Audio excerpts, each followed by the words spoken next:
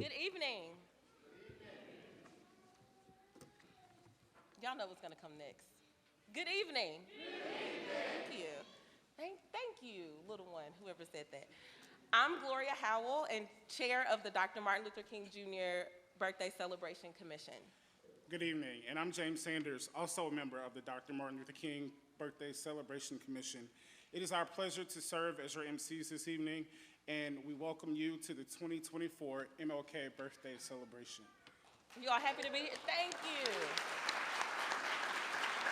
Yes. Really good to be here. It's frigid, obviously, and we know that it has taken a lot for some of us to get out in this cold. James and I are both Southerners, so we're trying to figure this whole thing out. A Mississippian and a Tennessean trying to navigate the tundra, because that is the Arctic tundra outside, Yes. despite what anybody wants to believe. But we made it. We made it. We made it. I'm so glad. We're so glad to see your faces. Yes. So before we get started, we recognize that the city of Bloomington sits on Native land.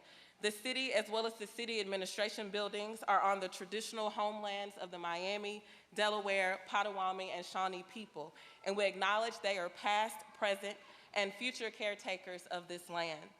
We also acknowledge that much of the economic progress and development in Indiana, and specifically Bloomington, resulted from the unpaid labor and forced servitude of people of color, especially enslaved African labor.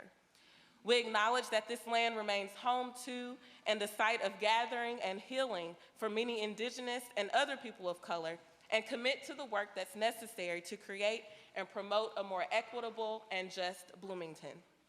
We move forward knowing and acknowledging our rich, complicated, and sometimes painful past so that we can learn from it and create a true land of opportunity. Yes. Now, please join us in welcoming members of the Highland Park Elementary School Choir and their director, Eric Mishler, who have prepared some musical selections for us.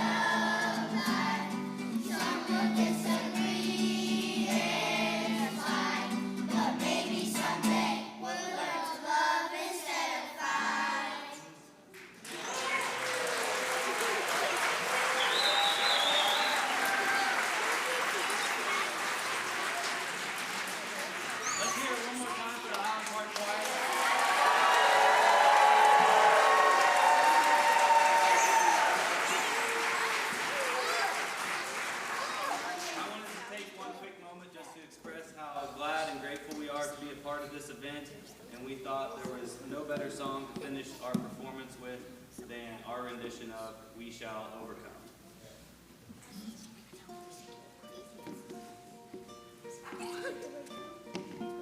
Big energy.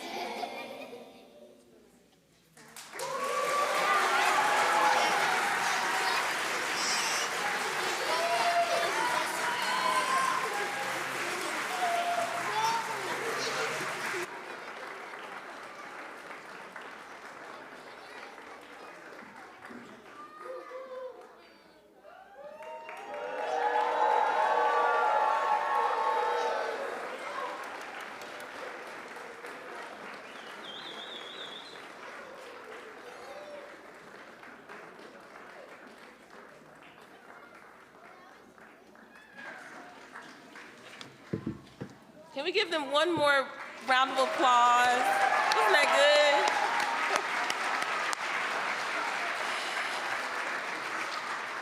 good? Amazing, amazing. Now you will see in the middle of your program the One Community Curriculum Overview. We have trained facilitators to lead interactive presentations with elementary school students on issues of bias, identity, conflict resolution, and envisioning a better world. The Commission feels strongly that these kinds of conversations about social justice need to take place when children are young. If your educational institution or church has an interest in this program, please contact us at the email provided in your program. We would like to invite you all to get involved with the Martin Luther King Jr. National Day of Service and 40 Days of Peace. To make it easy for you, there are a number of MLK Day volunteer opportunities listed in the Bloomington Volunteer Network. The web address is up on the screen. We want to thank you all who, if you've been a visitor or a volunteer in our community throughout the year. Awesome. Did anybody do service today? Were you involved in some activities in the community? Okay, wonderful. Thank you. Yes, thank you for your service. Now we would like to thank the underwriters, sponsors, and contributors that made this program possible.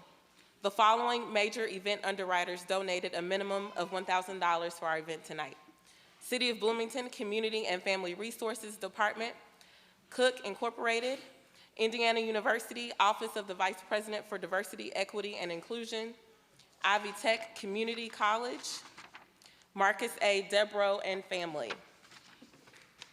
Thank you. Thank you.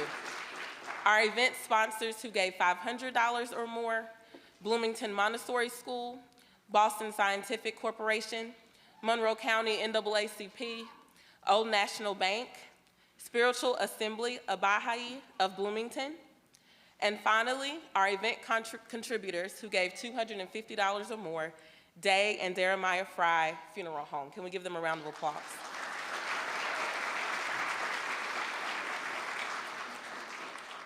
Next, we have a performance of new and traditional music from Zimbabwe. Please welcome the students of Fairview World Music Program and their director, Dana Kasaya.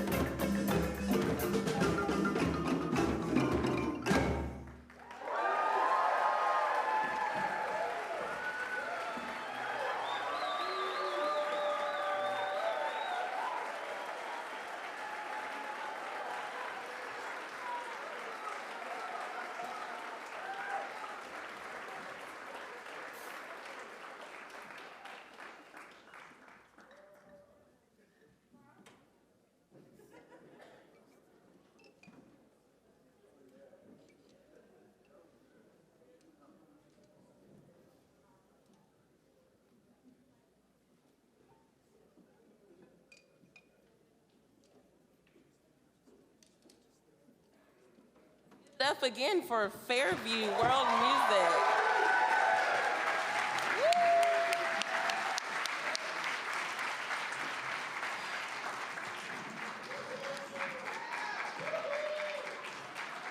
So good, so good.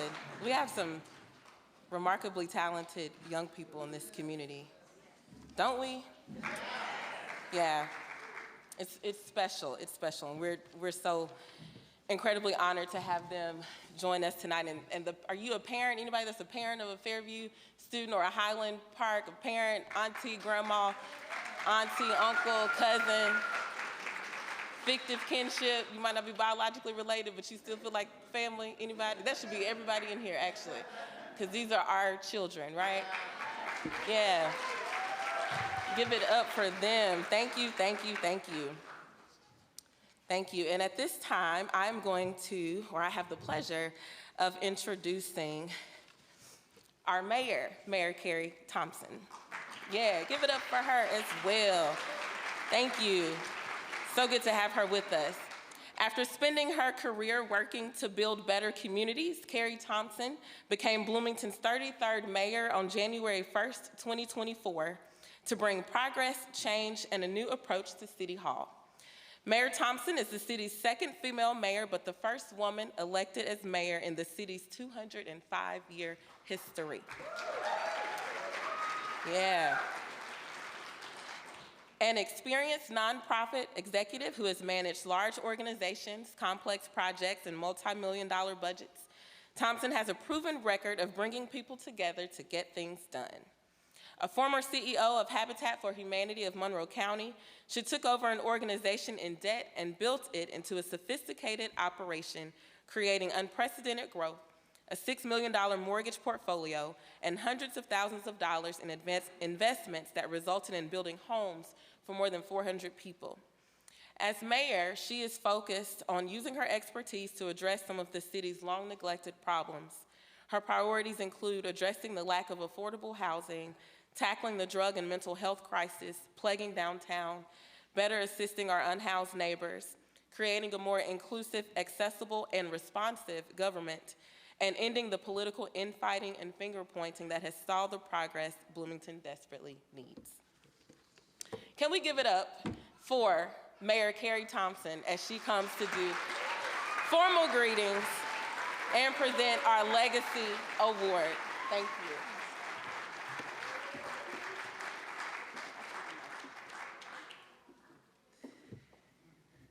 How awesome is it that our community has a birthday party for Martin Luther King every year?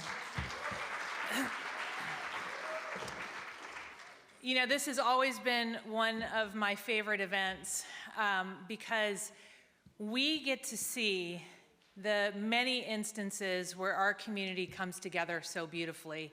And I think there is no more incredible example of that than those two musical groups full of children who are just making music together to enhance our lives. Let's give them a hand.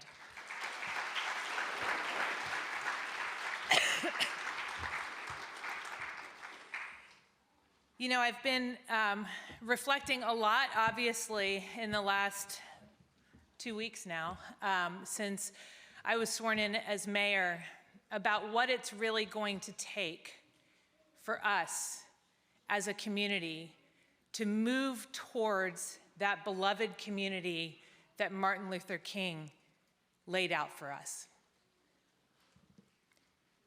He knew that we had to eliminate violence.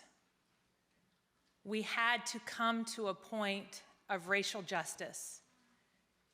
And we had to eliminate the vast economic disparities that were facing us in the world. We haven't made it. We're still working on it. But tonight we're celebrating progress that's been made, and we're coming together as a community to recommit to getting closer to that beloved community this year. And this year, you are invited to join us. Join us at the city. Join us in the many ways that you all are already giving to our community. In his final book, Where Do We Go From Here?, King urges us to move from the old models into new ways of belonging. He says, humanity is waiting for something other than the blind imitation of our past. What is to come, he says, it will be power infused with love that will change dark yesterdays into bright tomorrows and lift us from the fatigue of despair to the buoyancy of hope. That buoyancy of hope is created certainly by these children's musical groups. It's created by acts large and small. Some you may never see in our community, when someone stops just to listen to someone who has not been heard, possibly in months. When someone bakes cookies to keep some volunteers going. It happens when we vote. That's our hope. And it happens when we get together and put aside our differences and look for our many commonalities, even in our hardest problems. One of our residents has been building this buoyancy of hope her whole life. Our Martin Luther King Legacy Award winner this year is Sarah McHugh. Sarah McHugh's practice of selflessly serving others has been lifelong and has enriched every community she has lived in, from Florida to Kentucky to Indiana. And I've gotten to work with her daughter, and I will tell you that Sarah's work in raising children has further perpetuated hope through that work. Before she made community service her profession, Sarah started a program at her church to feed the elderly and a clothing room to support families struggling to purchase clean, well-fitting clothes. In her 40s, she would go back to school to get her social work undergraduate degree and later obtained her master's degree. She first worked in foster care, then as a treatment director for displaced teens in group homes. Later, she provided behavioral care plans for mentally and physically challenged adults. During her first attempt at retirement, I would like to emulate this one day. Her first attempt at retirement, Sarah volunteered at a hospice in Florida. A second career in home health social work soon followed, for which she would earn a Patient Advocacy Award in 2018. In 2020, she once again attempted to retire, but soon began work as a referral specialist at the Monroe County Community Kitchen, right here in Bloomington. When asked what inspired her life of selfless service to others, Sarah spoke about the death of her 2 sons from cystic fibrosis. After losing her sons, Sarah says she realized that the most meaningful task she could dedicate her life to was ensuring that all people could live healthy, dignified lives. Sarah continues this inspired mission every day when she sits down with the patrons of Monroe County Community Kitchen during dinner service. Many of the people she serves, Sarah remarks, have no one, no close friends or family to turn to for help or for friendship. Unwilling to accept this reality, she offers her own friendship and support. Many of the people she serves refer to her as Mama or Grandma. As in her previous jobs, Sarah's work for our local community is focused on connecting people experiencing poverty to resources that provide for their basic needs and help them restore stability and dignity in their lives. For her lifelong service to individuals and families in need, the Reverend Dr. Martin Luther King Jr. Birthday Celebration Commission and the City of Bloomington are proud to present the 2024 Dr. Martin Luther King Jr. Legacy Award to Sarah McHugh. Let's give her a hand.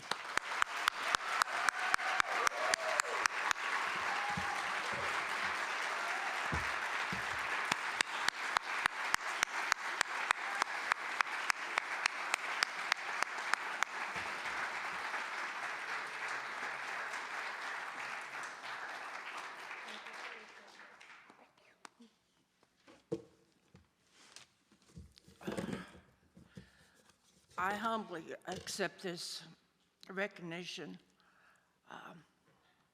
A lot of people have helped me along the way, and I have a special thank you to all my friends and family, many who are here tonight, especially my daughter Jennifer, who has supported me as an adult to help me to be the best person I can be. I truly believe that everyone should be treated with dignity, no matter where we come from or what we are. We need to always realize that people deserve to be treated like a human being. And so,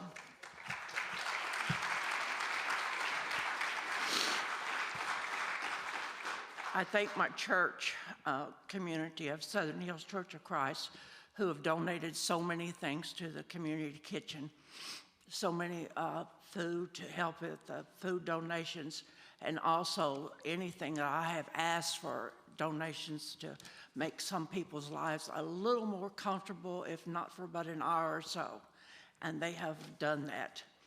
My heartfelt thanks goes to everyone at Monroe County Community Kitchen, because at the Monroe County Community Kitchen, there is no one is judgmental of anyone, and everyone is treated with dignity and respect. If patrons cannot do that, then we have to always know that they're struggling for that day, and are always offered a nutritious meal. And so I thank the community kitchen for what they do for everyone in this community.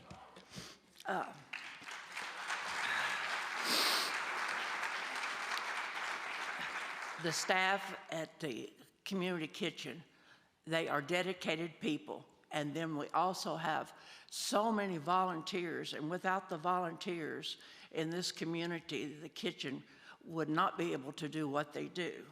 So I thank the community kitchen. I humbly thank everyone. Thank you.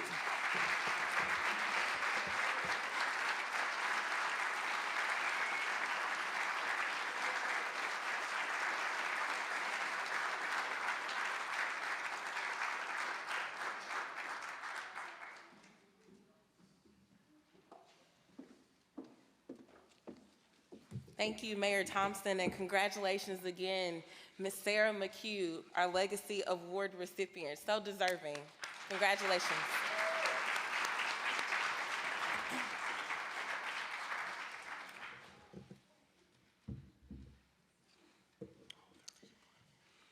Thanks to our media partners and sponsors, WFIU, WFHB, and Community Access Television Services.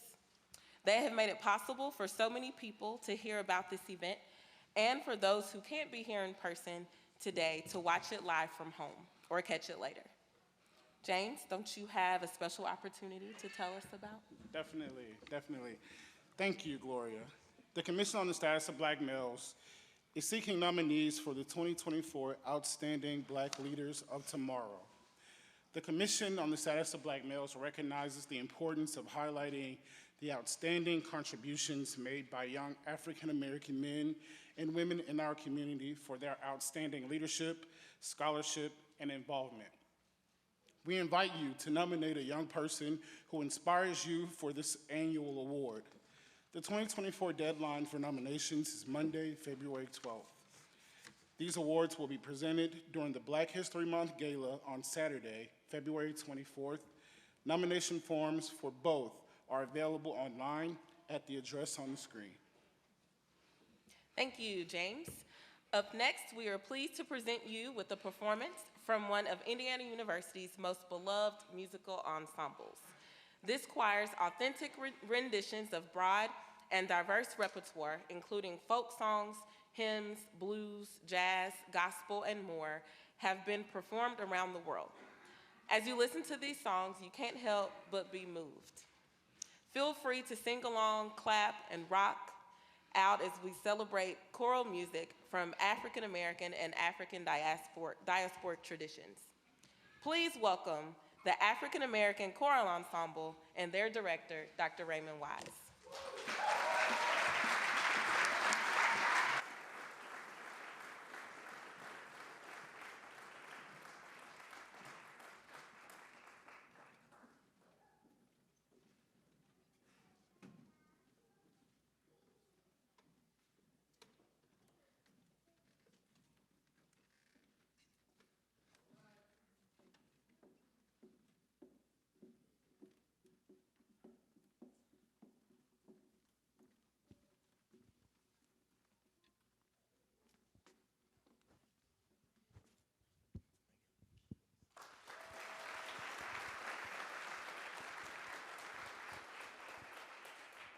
Good evening. My name is Dr. Raymond Wise, and I bring you greetings from Indiana University. And this is the African American Choral Ensemble. We're one of 3 performing ensembles in the African American Arts Institute, and we're certainly glad to be a part of this celebration tonight. We're going to do a few songs. So you're a couple right now, maybe one a little later. But this first song is entitled "Lift Your Voice and Sing." And you'll note in the middle of it, you'll hear some words that are familiar. You'll hear words from the Negro National Anthem, or the Black National Anthem, which says, "Lift every voice and sing, till earth and heaven ring with the harmonies of liberty." So we've taken a part of that song, we've combined it with a gospel song, we've put it together so we can do some celebrating tonight. But as we always say, gospel music especially is a collective art. So it's not just for us, it's also for you. So we're going to count on you to put your feet together to the floor, put your hands together, clap, and sing along and join us as we sing this song, "Lift Your Voice and Sing." Enjoy.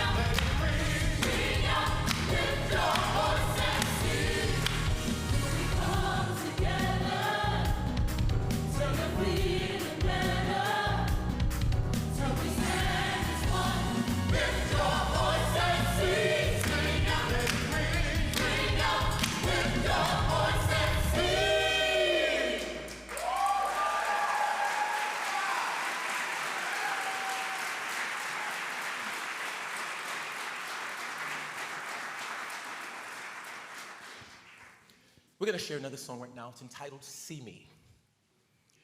As we begin to look at the civil rights struggles over the years, and many of the struggles that we even face today, I would dare say that many of the challenges that we face as a society is because we do not see each other, or because we do see each other. From the moment a person walks through the room, we sometimes judge them immediately because of what we see. we look on the outside rather than on the inside. But this song is just challenging us to see one another, look beyond the color of our skin, to see that I'm just like you. Hear beyond the words that I say, to hear that I have dreams too. And if we see beneath and hear beyond, face the truth that we're just alike, we can come together. But we can't do it until we see each other as equal human beings. So we hope that you enjoy this song, and we hope that it challenges you to look beyond what you see on the outside. Look on the inside. Here's another thing. If you think about almost anything you need in your life, the answers are probably in this room.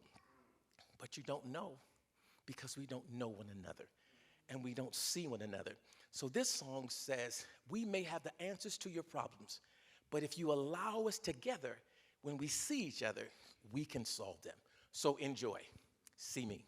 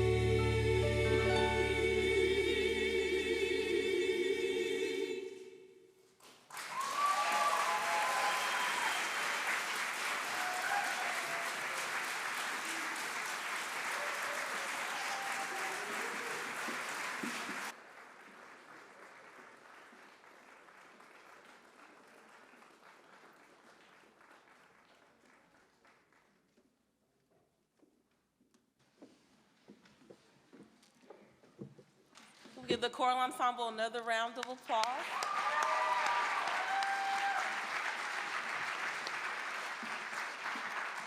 Thank you. Such a treat every year. We always look forward to hearing them. Thank you. We would also like to thank the commission staff, without whom our activities and programs would be a lot more difficult to present. And let me say, this is a group of volunteers that do this work and plan this program. So if they could wave their hand or stand, that would be great. I don't even see them. They're all over. Thank you, commissioners. We have an easy group. This is the easiest group to work with ever. I won't tell you who they are so you don't steal them. But they are such an easy group to work with, and they're just about getting things done. So we're very happy to have them. Yes, and our Community Family Resources Department staff, Michelle Moss, Marissa Parr-Scott, and Aubrey Cedar. Oh yes, give them a round of applause.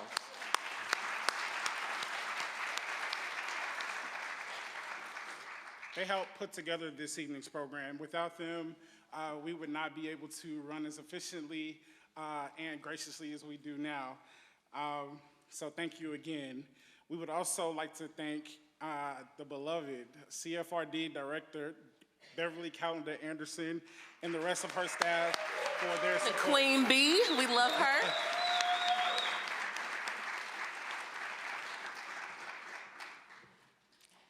And now we're going to play some video remarks from the Monroe County Commissioners.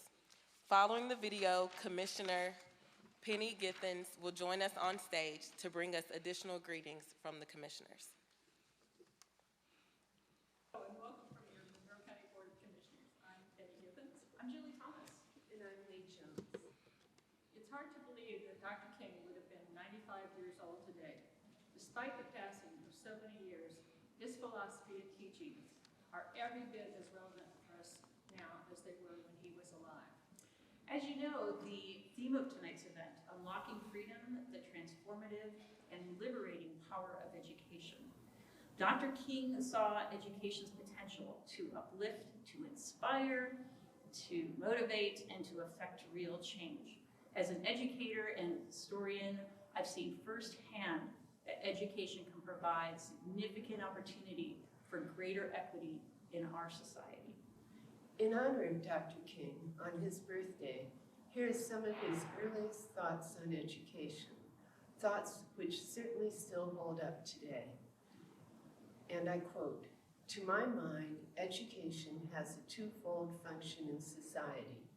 On the one hand, it should discipline the mind for sustained and persistent speculation. On the other hand, it should integrate human life around central focusing ideals." And he continues, "It is not enough to have the power of concentration, but we must have worthy objectives upon which to concentrate." Worthy objectives on which to concentrate. Let's let that sink in as we remember Dr. King and his message. Thank you.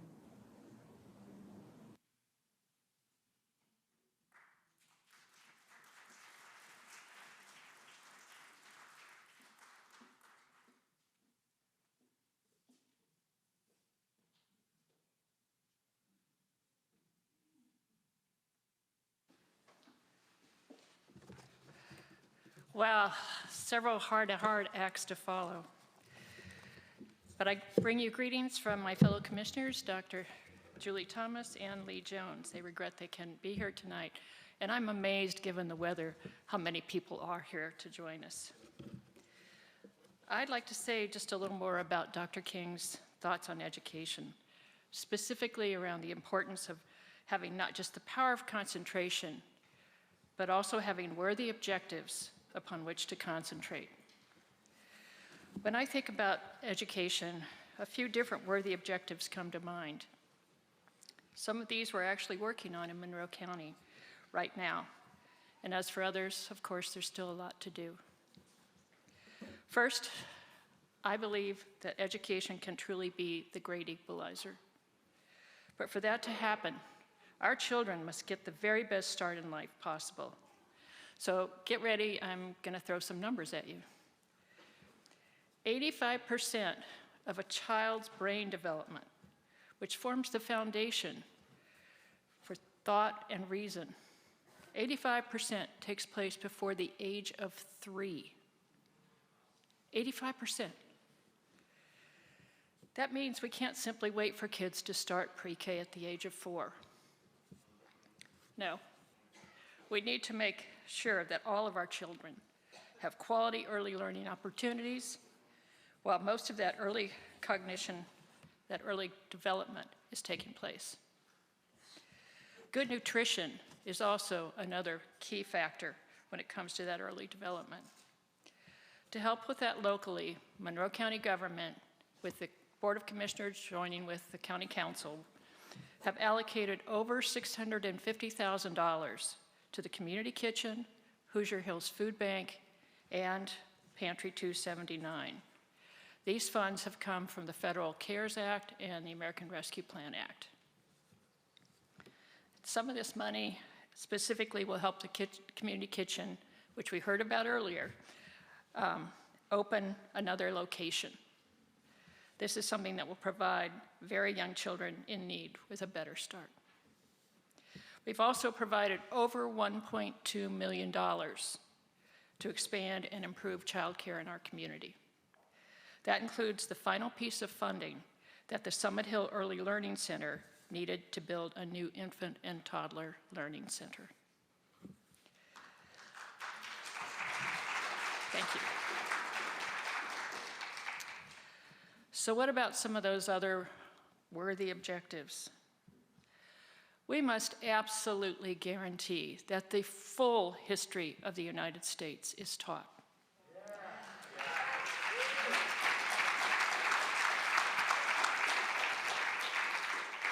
That means that all of our kids should be learning about the Tulsa Massacre. They need to learn the true history of slavery in our country. They need to learn about the civil rights movement.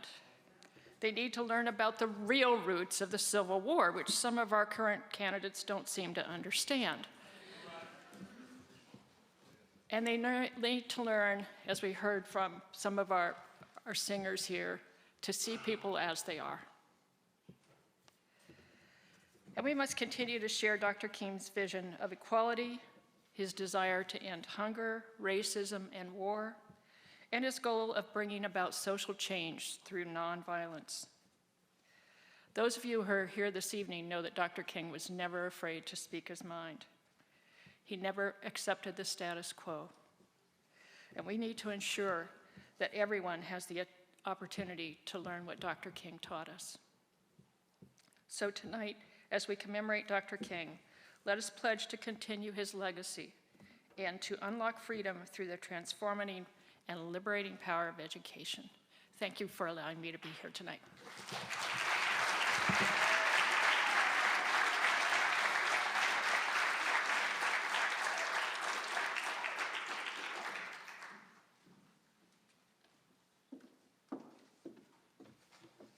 Thank you, Commissioners. Now we would like to welcome the Indiana University Office of the Vice President for Diversity, Equity, and Inclusion's Associate Vice President for Strategy and Innovation, Rashad Nelms, to the stage to bring greetings from Indiana University and to introduce our keynote speaker.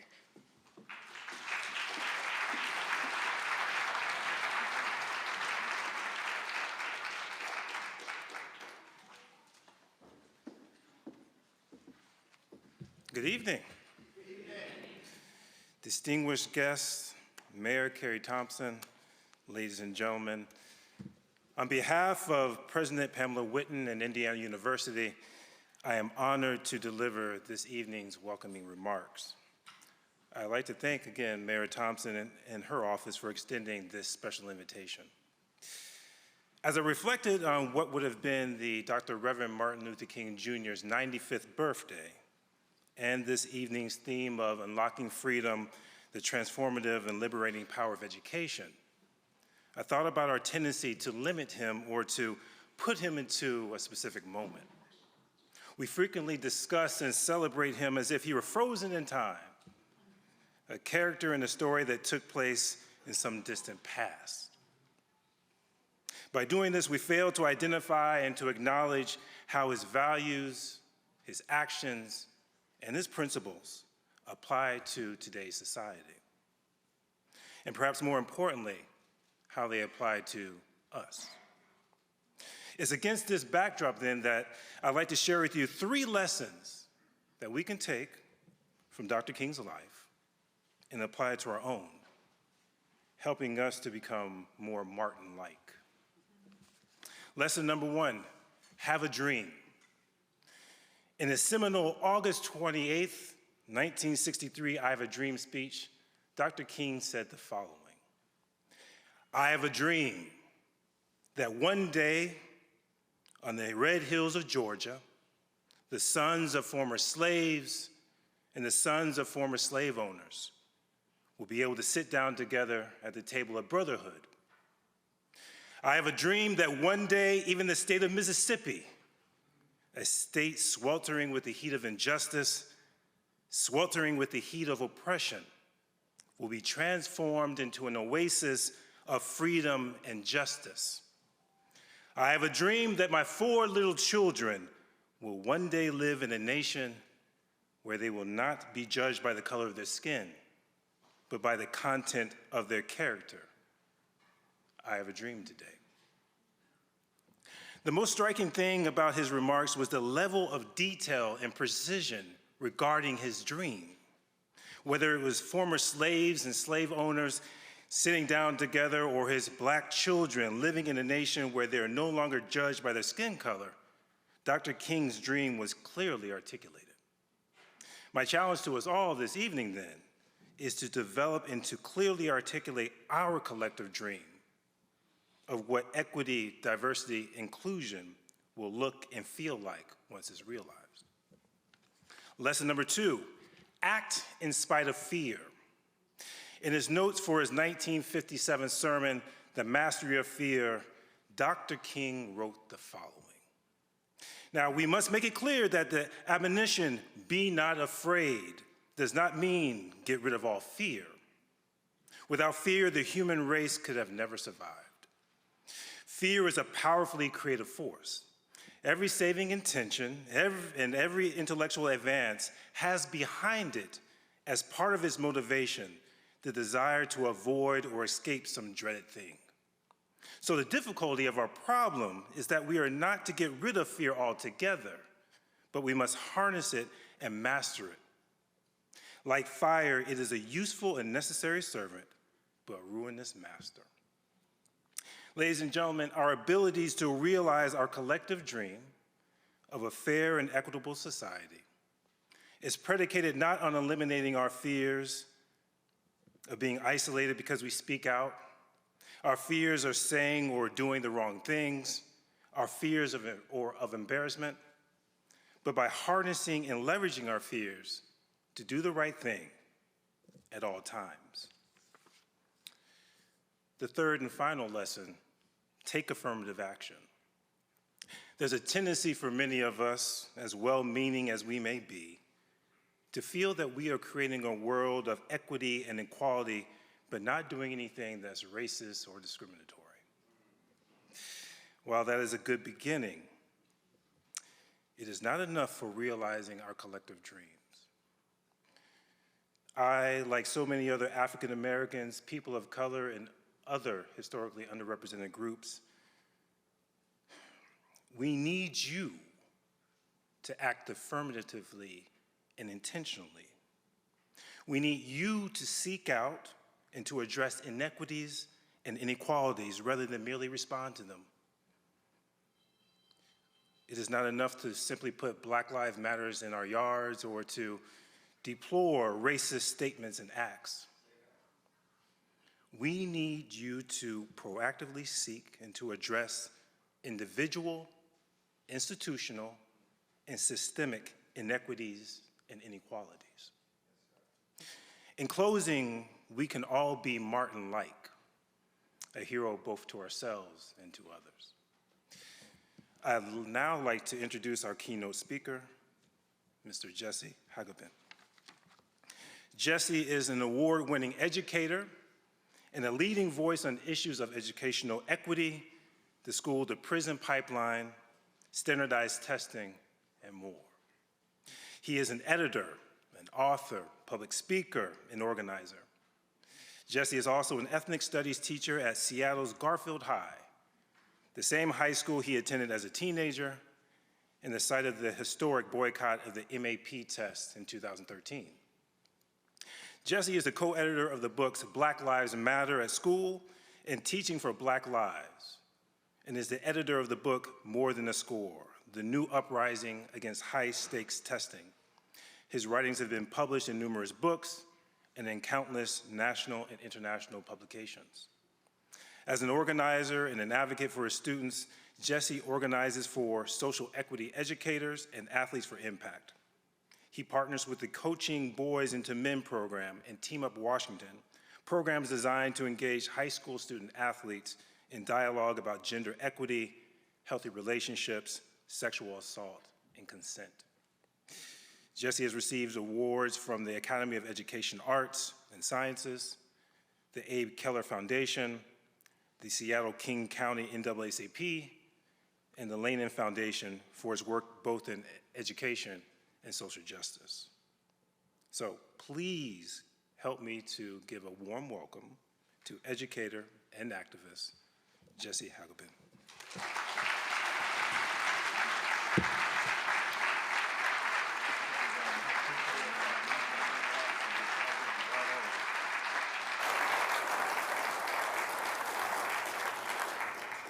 Oh, thank you so much for that warm welcome. Happy birthday, Martin Luther King Jr., first of all. So good to be here celebrating with you all. You know, my body might be freezing, but my soul is very warm, especially after that wonderful choir, the Highland Park Elementary, incredible sound. Just so moved by those youth. What a way to start this. Thank you to the Fairview youth as well. That was a real treat. And I just want to thank the organizers, the city of Bloomington, Michael for picking me up at the airport, Michelle for getting it all coordinated. Thank you, Beverly. Thanks everybody who made this possible today. It's a true honor to get to join you all to share my thoughts on this Martin Luther King Day. And, you know, I just got back from a tour of the South, flew to Memphis and Mississippi and Louisiana. And while I was in Memphis, I had the opportunity to go to the Lorraine Motel where Martin Luther King was assassinated. And activists worked for years to save that motel from being torn down and to turn it into the National Civil Rights Museum. And so I just feel closer to King's spirit than I think I ever have, having been right there last week. It just he feels very present in a way that caught me off guard going to that incredible memorial for him. And I want to begin by saying that while we all are celebrating Dr. Martin Luther King's life today, not everybody wants his message to be heard. And you may have seen headlines like this recently. Moms for Liberty tried to ban a book about Martin Luther King from being read in school, right? And it wasn't the only time. Martin Luther King Jr., Rosa Parks books among those banned in the Pennsylvania school district. Not only in the South is this happening, but all over our country. And the attacks on anti-racist education today are so ridiculous that sometimes only the great news source of The Onion can properly capture what's going on. School calendar jumps to March 1st after critical race theory ban prohibits the month of February. Yes, it's absurd headline, but the reality is more outrageous. of what's happening today. You have to look at this map.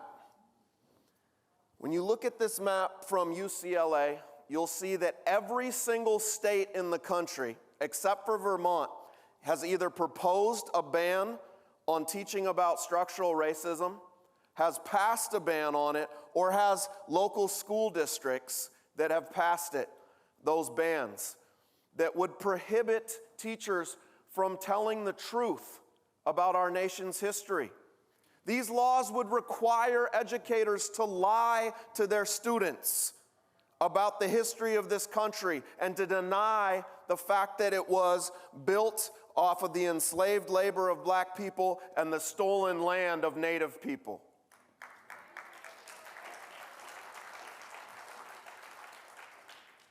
You might have thought once that a dystopian story that you shuddered at was fantastical. Firemen who burned books in Fahrenheit 451. Or a state that declares ignorance is strength in 1984. Or the sameness, social engineering, attained in part by only allowing one person to remember history in the book The Giver. But I want you to consider those tales alongside the chilling story of post-truth schooling in modern-day America. Right? These are the states that are passing laws to try to get people to lie to students about racism, about sexism, about heterosexism, transphobia, homophobia. And the attacks are so intense that in Florida, the official state curriculum in Florida now declares that slavery was of, quote, personal benefit to black people. Well said. It's unimaginable. In Florida today, it is now a $5,000 fine with 5-year jail sentence for educators who get caught with the wrong book about race, gender, or sexuality in their classroom.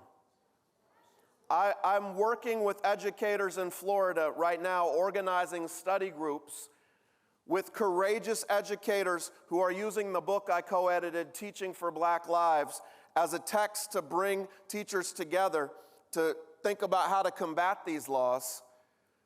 And these teachers are risking a great deal, but they're going ahead and refusing to lie to their students anyway, right? You can see these courageous educators refusing to bow to the authoritarianism of Ron DeSantis and his cronies. And I want you to consider the utter absurdity of the fact that the same initiative that is banning books, thousands of books across the country, including books about Martin Luther King and Rosa Parks, these people who are banning books about Martin Luther King are also trying to claim his mantle, are also trying to say that they speak for Martin Luther King today, right? This is what really it bothers me. Let's look at a quote from the speaker, Kevin McCarthy. He said, "Critical race theory goes against everything Martin Luther King Jr. taught us not to judge others by the color of their skin. The left is trying to take America backward," right? So just as this movement is attempting to ban these books, they're also claiming that they speak for him. And I want to reject that today and look at what King actually said, right? Because we know that King spoke very explicitly about race. He spoke very explicitly about structural and systemic racism. He said the doctrine of white supremacy is embedded in every textbook. Can you imagine if I taught my students this quote in Tennessee, in Florida, in Iowa, or in Idaho? I could lose my job for quoting Martin Luther King saying that the textbooks often are embedded with racism and white supremacy, right?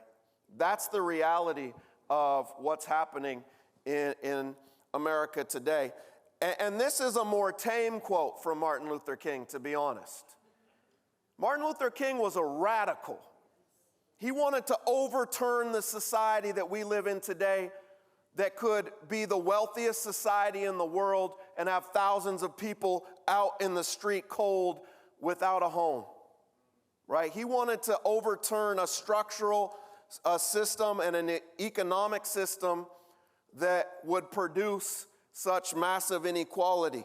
Can you imagine if I shared this with my students in Texas?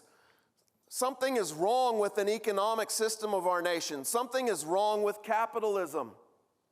Maybe America must move towards democratic socialism. We must develop programs that will drive the nation to the realization of the need for a guaranteed annual income. Yeah. This is the king that's too hot for the textbooks, right? That DeSantis doesn't want you to know about because it contradicts everything they're saying. And they would especially be fearful of the king that spoke about U.S. foreign policy. In his Beyond Vietnam speech in 1967, Martin Luther King said that the greatest purveyor of violence in the world today is my own government. And unfortunately, those words ring true today as we see, again, we are bombing the Middle East. Again, this nation is bombing Yemen and funding what South Africa called a genocide of the people in Gaza by the Israeli government. And we know that Martin Luther King spoke, even when it was unpopular to speak out against the war in Vietnam, he raised his voice, and we know he would raise his voice again today against 10,000 children having been bombed and killed in Gaza. And so we have to remember this Martin Luther King, and we have to commit to teaching the truth about his legacy and about the history of this country, even when it's illegal to do so. You might have seen the quote on my shirt, one has a moral responsibility to disobey unjust laws.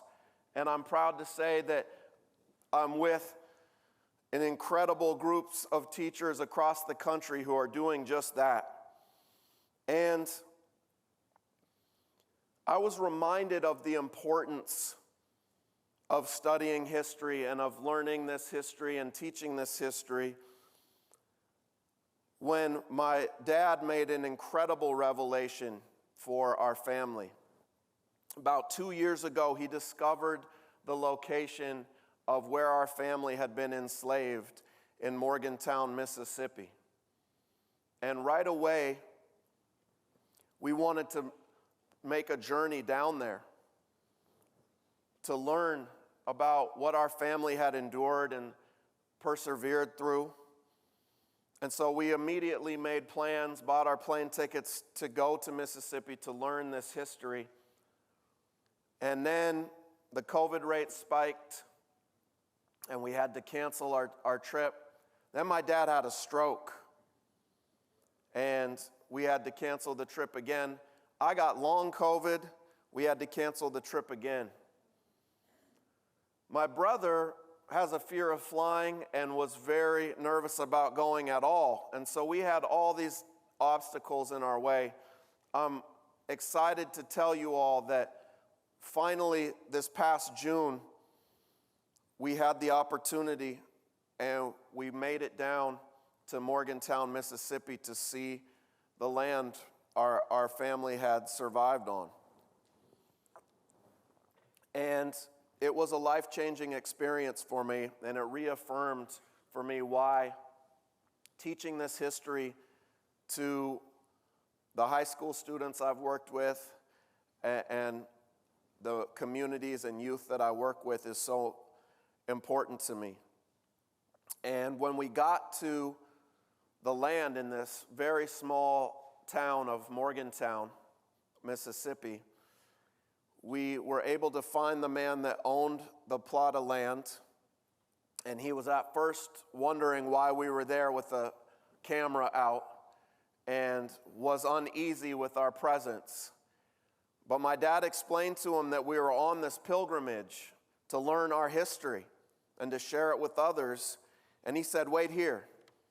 And he went back into the woods and he emerged with a brick that he handed to me. And he said that back in the woods there is a kiln that's broken down.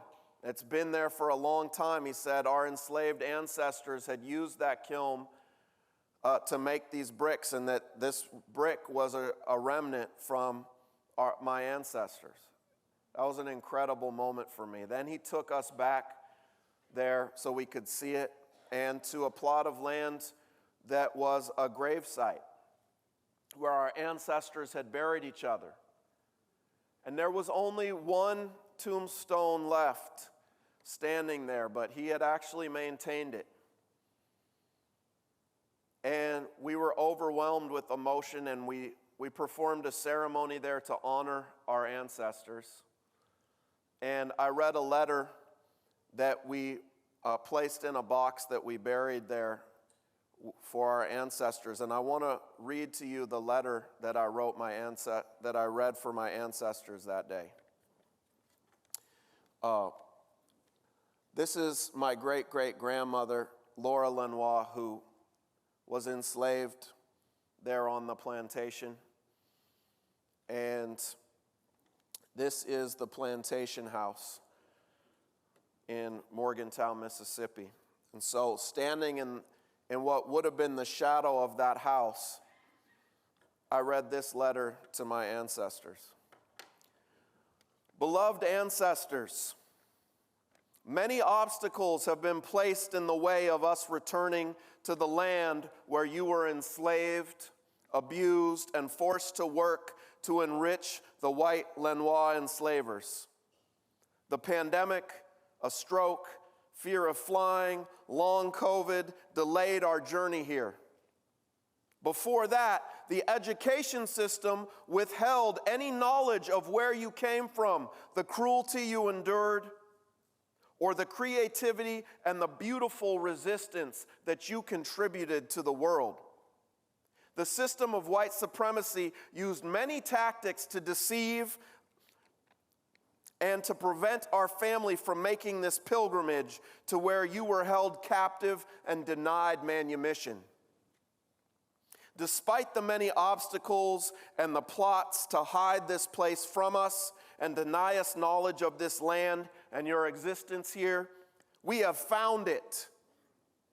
Your family has returned to claim you.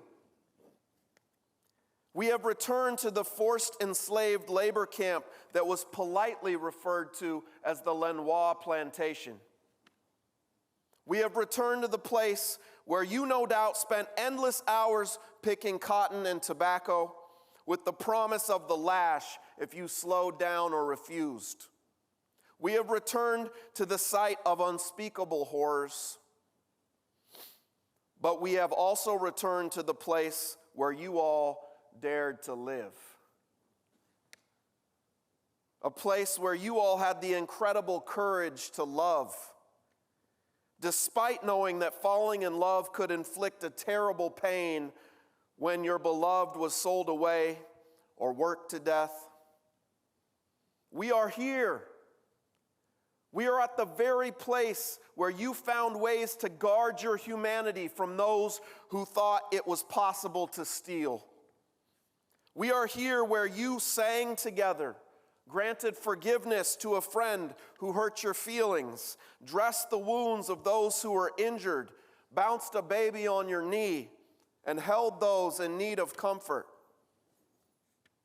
We are here to experience a truth deeper than any that can be understood intellectually. We are here to make a promise to you, to this land, and to each other.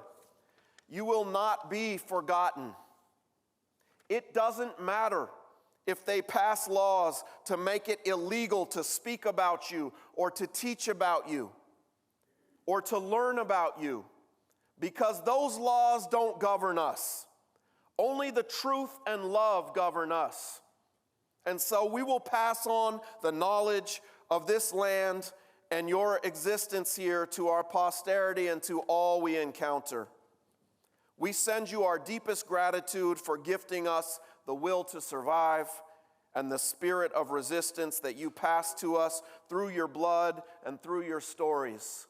With love, Jesse, Jamona, and Gerald.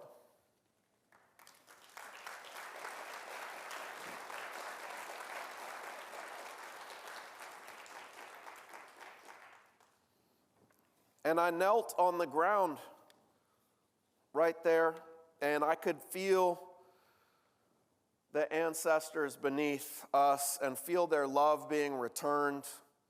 And just a wave of light and healing just felt like it washed over me. And that moment really will sustain me, I think, until my last breath in pursuing, teaching the truth about my enslaved ancestors and the fact that their labor is yet uncompensated and unrecognized by this country, and the role that their labor played in making this country must be recognized. It must be compensated for, and we have to remake society in the vision that Martin Luther King explained. And I hope you will join with me in pledging to create that beloved community that King taught us about. And I hope you will join with me in extending that beloved community into the classroom community so that we can build beloved classroom communities across the nation. And the beloved classroom community is really animated by a deep and enduring love for every child. One of the leading theorists and practitioners of critical pedagogy is Bell Hooks, a great inspiration to me as a teacher. And she explained this when she wrote, quote, "The loving classroom is one in which students are taught both by the presence and the practice of the teacher that critical exchange can take place without diminishing anyone's spirit. That conflict can be resolved constructively. Love in the classroom prepares teachers and students to open our minds and hearts. It is the foundation on which every learning community can be created. Love will always move us away from domination in all its forms. Love will always challenge us and change us." When educators love their students enough to teach them the truth, and when communities rally around those educators and love those teachers enough to support them in teaching the truth about this country, transcendent experiences are possible that empower young people to heal from the traumas that have been inflicted by that very unequitable capitalist society that King described to us. And we can create the healthy visions that those young people are telling us that we must pursue. You know, one of the most incredible experiments with education that's occurred in this country was during the Mississippi Freedom Summer of 1964, when thousands of young people went to Mississippi to help start the freedom schools there. And the final exam in the freedom schools wasn't some meaningless, high-stakes standardized test that measures your ability to eliminate wrong answer choices. The final exam in the freedom schools was going to register others to vote, bringing others into the movement, right? And seeing education as about transforming our society rather than just preparing young people for low-wage jobs in an unequitable economy, right? And one of the founders of these freedom schools was an incredible woman named Septima Clark. She is one of my inspirations as an educator. And Septima Clark was called the mother of the civil rights movement by Dr. Martin Luther King. And she was in the NAACP. She helped to organize for civil and human rights. And when she would not give up her position organizing, the school district in South Carolina said, "We're going to fire you unless you quit the NAACP, unless you stop all this organizing." And she refused. And not only was she fired from her job, but after a lifetime of being an educator, she lost her pension and had no economic security. But she continued teaching anyway, building the citizenship schools and the freedom schools that would go on to educate generations of freedom fighters. And Septima Clark said this: "I believe unconditionally in the ability of people to respond when they are told the truth. We need to be taught to study rather than to believe, to inquire rather than to affirm."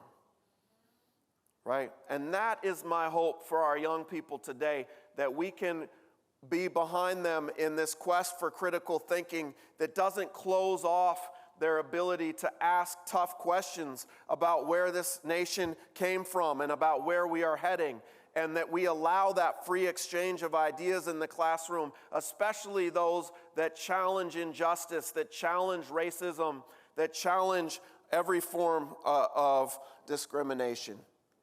And so I'm proud to stand with these teachers who are risking everything to bring this movement into classrooms across the country.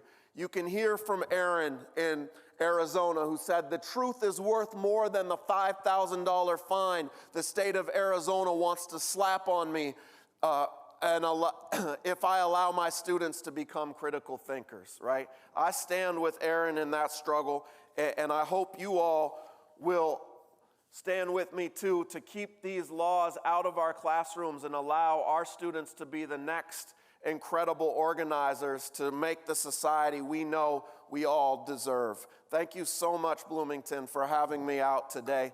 I really appreciate your time. Thank you. Thank you. Thank you so much. Wow.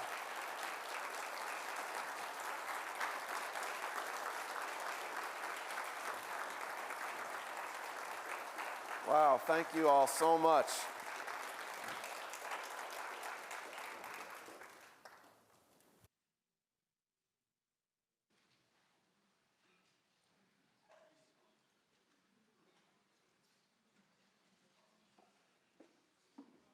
Can we give him another round of applause? Isn't that amazing, you all? Goodness. Thank you so much, Jesse. So much to think about, and thank you for sharing that personal, very personal letter to your ancestors. I think that means a lot to all of us that you would share that with us in your keynote. That was beautiful. Thank you. Yes, and from Memphis, Tennessee, being a native from there, I definitely feel the power of our ancestors, especially when I'm down in Memphis, in South Memphis, at the Lorraine Motel. We actually had a speaker a few years back, Dr. Reverend Middlebrook, who was with Dr. Martin Luther King in Memphis during his boycott, and he spoke and brought a wonderful word, so we thank you for that.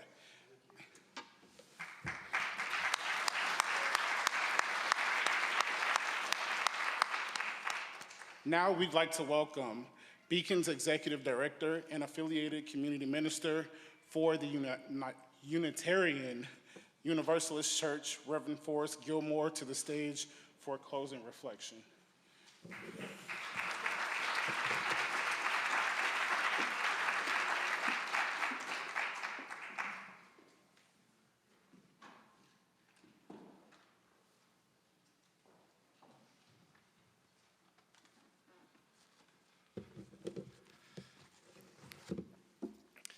That's an awful lot to follow. Pretty amazing.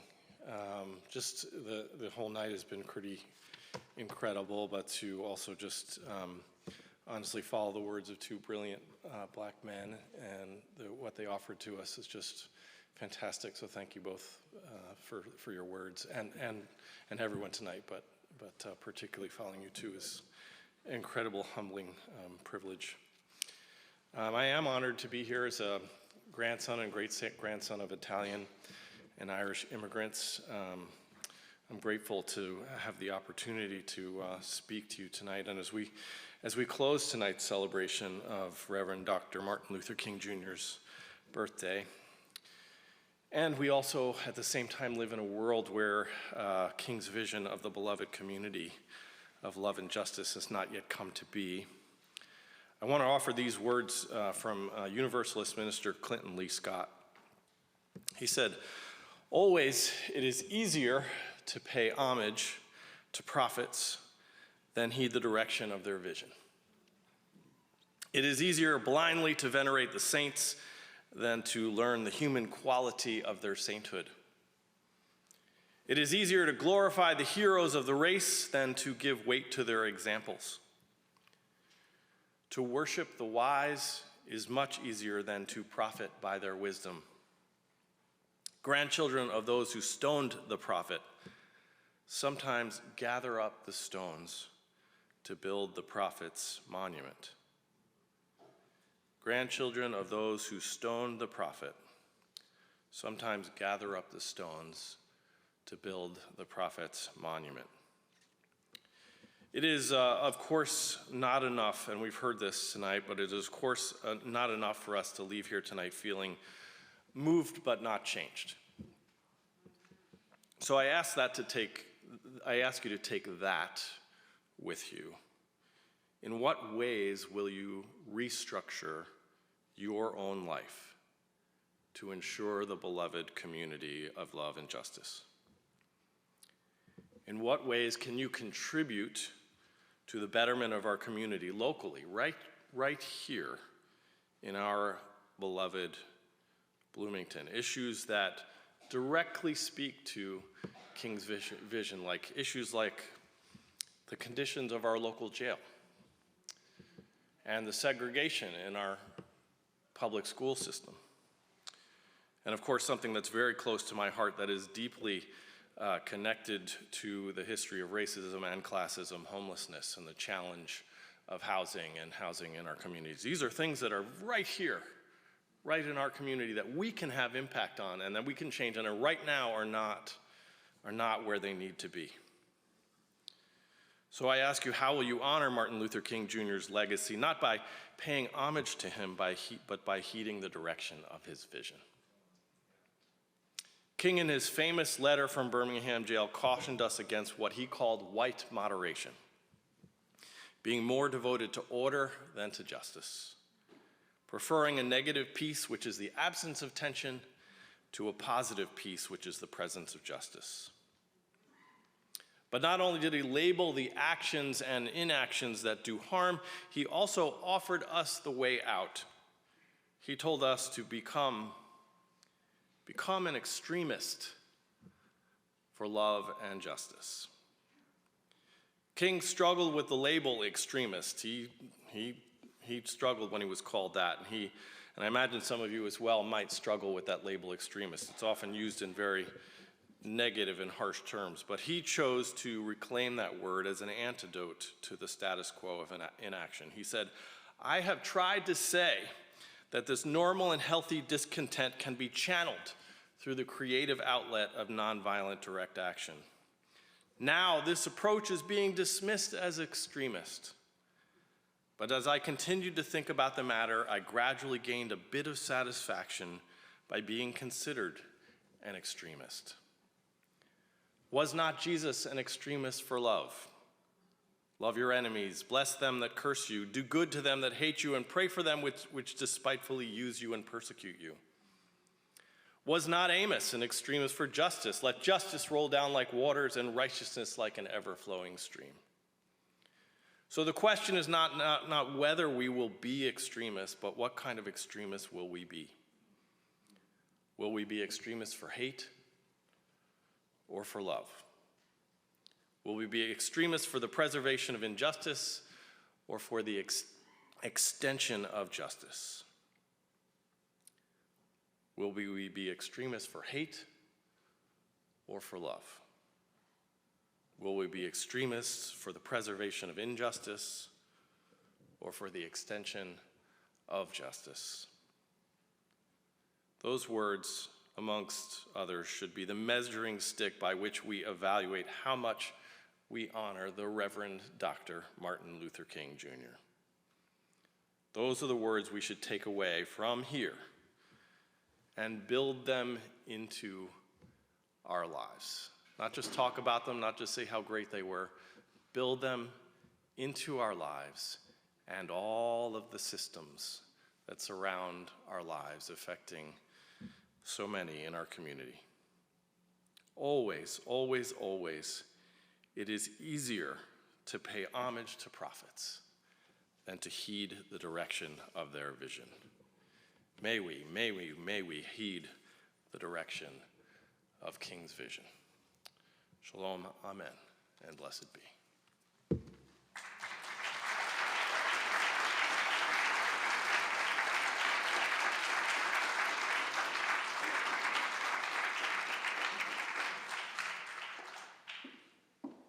Thank you, Reverend Gilmore. We appreciate those wonderful remarks. And thanks to all of you for being with us tonight. Did you have a good time? Yeah. Good. Awesome.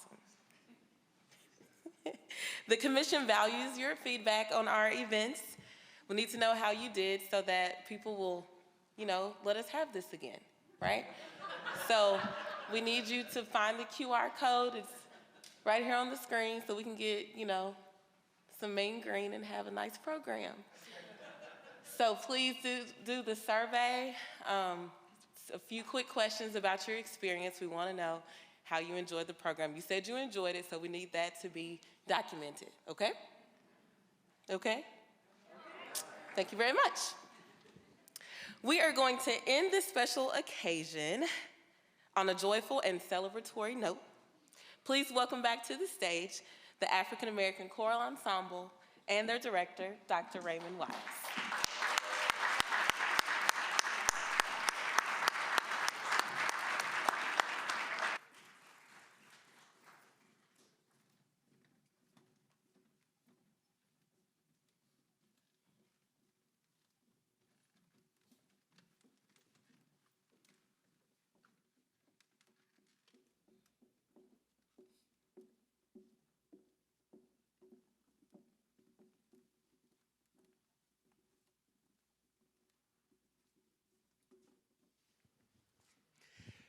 We're going to close with one more song.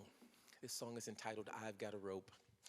The text says, I've got a robe, you've got a robe, all of God's children got a robe. When they get to heaven, they're going to put them a robe, going to walk around heaven all day. We all know that enslaved African Americans often sang spirituals, songs that were songs of hope. And often they sang these songs in the hope of what would happen after their death. But even after we sing this song, as we think of singing it today, I was so inspired by your words. Thank you, our brother, for sharing. But also the words that just said, let us not be moved and not make a change. So as we sing this song, I've got a robe, all of God's children got a robe, let us not think about heaven for everybody to get their robe, but let's work until on earth everybody has a robe. So we invite you to join us. We're going to have some fun up here, moving, rocking, clapping, and all of that. Put your hands together, enjoy us, and enjoy this song, but see it as a challenge to make sure everybody on earth has a robe and not just waiting until we get to heaven. Enjoy. Thank you for having us. I've got a robe.